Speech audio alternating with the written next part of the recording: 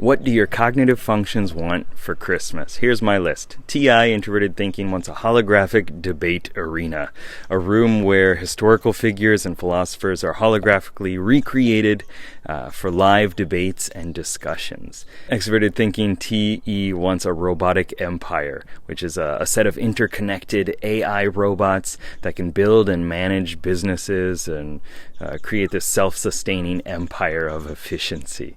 Introverted Feeling, FI, wants an emotional symphony conductor, a device that composes music and art in real time based off the user's emotions and creates a deeply personal and immersive experience, like synesthesia, but better. Extroverted Feeling, FE, wants a global celebration creator, an event organizer that can instantly plan and execute the perfect community celebration and taking into account all the different cultural and emotional and social preferences of every single attendee. Introverted Intuition, NI, wants an interdimensional idea journal, a journal that records thoughts and ideas from parallel universes, different versions of the user, and offers a limitless inspiration and insight potential from a journal. Extroverted Intuition, NE, wants a multiverse gateway, a random destination portal for spontaneous travel. Simple enough.